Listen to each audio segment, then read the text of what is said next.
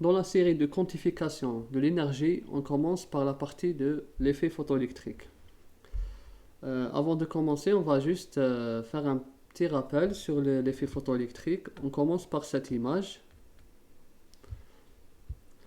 Donc là, on a une cellule photoélectrique typique. Là, on a le métal, la photocathode, et la deuxième électrode collectrice. Cette électrode, ou bien ce métal, il est relié à un circuit. Là, on a une batterie. Et là, c'est l'ampèremètre. Là, c'est pour mesurer le courant électrique. Cette électrode, ou bien ce métal, il est irradié par une lumière incidente. Cette lumière, elle va provoquer, en réalité, là, on a l'interaction. C'est le phénomène d'interaction.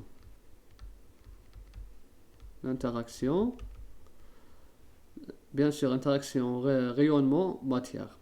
Après cette interaction, il y a une émission. Ça, en flèche verte. Cette émission, c'est juste un flux d'électrons. La lumière provoque l'éjection ou bien la libération des électrons de la plaque métallique. Comment on a expliqué ça? Tout simplement que la lumière, on connaît que la lumière c'est une radiation électromagnétique dans un plan perpendiculaire.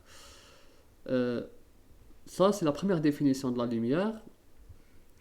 Il y a la deuxième définition qu'on a introduite durant le début du XXe siècle, c'est que la lumière représente, on dit que la lumière est constituée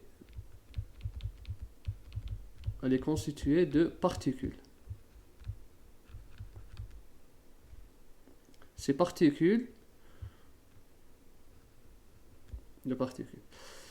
ces particules qu'on appelle les photons.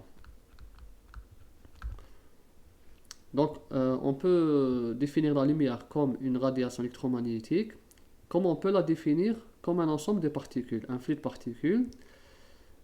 C'est pas contradictoire, c'est complémentaire. Maintenant, le photon, chaque photon est caractérisé par une énergie de photon qui est égale à H fois la fréquence, nu.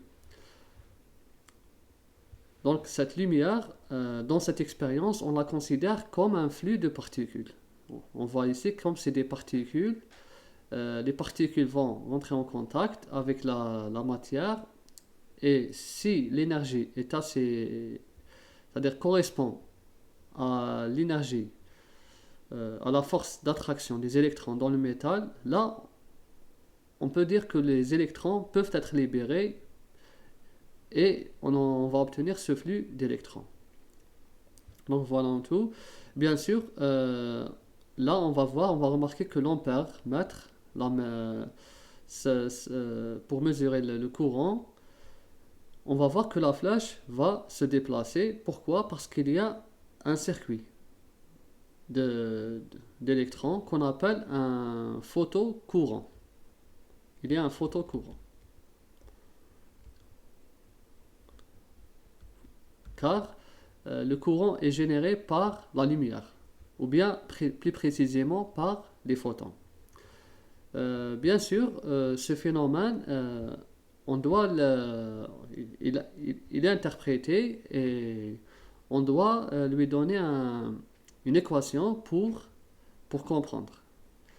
Ce phénomène, on le décrit par cette équation de la conservation de l'énergie qui est égale à l'énergie du photon ou bien de la lumière incidente qui est égale à l'énergie. Bon, maintenant je vais l'appeler 1 plus l'énergie 2.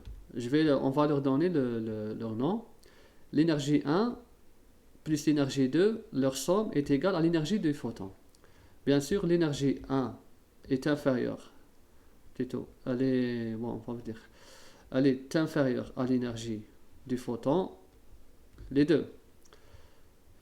Surtout l'énergie 1 et même l'énergie 2, elle ne peut pas être supérieure à l'énergie des photons. Car c'est le principe de la conservation de l'énergie. Conservation de l'énergie. Maintenant, on va voir l'énergie 2. Après, on va voir l'énergie 1. L'énergie 2, on sait que les électrons dans le réseau métallique, dans le métal, ils sont attirés entre eux. Il y a des forces d'attraction entre eux. Et ces forces d'attraction ont une énergie. Ils ont une énergie. Ces forces d'attraction possèdent une énergie. Cette énergie est tout simplement la E2, qu'on représente souvent par W.